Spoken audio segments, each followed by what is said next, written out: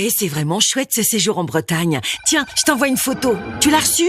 À l'instant. Tu te rends compte? Elle a parcouru un sacré voyage pour s'afficher sur mon smartphone. Et super rapidement. Effectivement, quand tu envoies une vidéo, une photo ou même un SMS depuis ton smartphone, il passe sur le réseau mobile 3G ou 4G.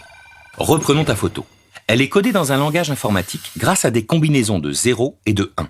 C'est le langage binaire. Dans ton téléphone, il y a une carte électronique qui transforme les suites de 0 et 1 en signal électrique. La photo passe alors de la partie numérique à la partie analogique. Compris. Et après, c'est l'antenne qui transmet le signal? Oui, c'est ça. L'antenne transforme le signal électrique en onde électromagnétique qui se propage ensuite dans l'air pour atteindre l'antenne relais la plus proche, qu'on appelle aussi station de base. À ce niveau, l'onde électromagnétique est à nouveau transformée en signal électrique. Ce signal est alors transmis sur de très grandes distances par des câbles électriques ou des fibres optiques jusqu'à un autre relais qui repère mon smartphone dans son voisinage. Tu me suis? Ok, je te suis. Et ensuite, il se passe quoi? Ensuite, il suffit de suivre un processus inverse par rapport à l'émission. La dernière antenne relais transforme à son tour le signal électrique en onde électromagnétique. Cette onde se propage jusqu'à l'antenne de mon smartphone. L'onde passe alors sous forme de signal électrique avant d'être traduit en langage binaire par la carte électronique du smartphone. Les combinaisons de 0 et de 1 sont enfin décodées pour afficher ton image sur mon écran. Là, tu me parles de la 3G et de la 4G, mais j'ai entendu parler de la 5G aussi. C'est quoi la différence? Pour la 5G, le principe est le même, mais on peut transmettre plus d'informations et plus rapidement. Imagine télécharger un film en haute définition en quelques secondes.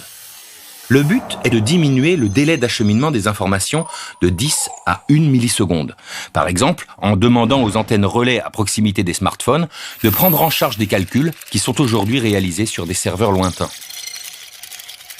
Sans oublier qu'il y aura toujours plus d'utilisateurs et d'objets connectés, non seulement des smartphones, mais aussi des montres, des voitures ou même des robots. Génial!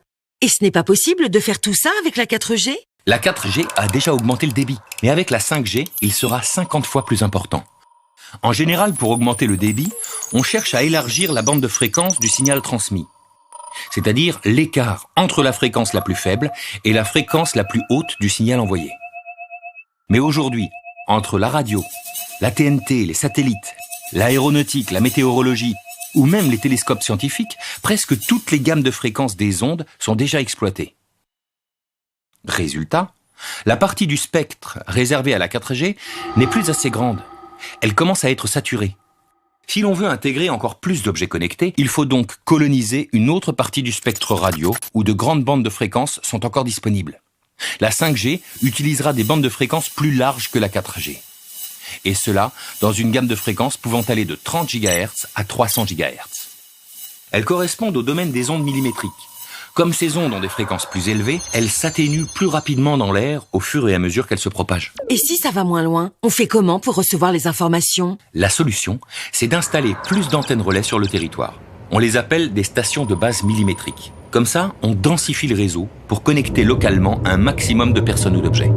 Dans ces bandes de fréquences millimétriques prévues pour la 5G, les antennes sont aussi plus petites que celles pour la 4G. Pratique, car dans un même espace, il est possible d'associer beaucoup plus d'antennes et donc d'augmenter la puissance reçue dans certaines directions et de suivre plusieurs utilisateurs mobiles en même temps.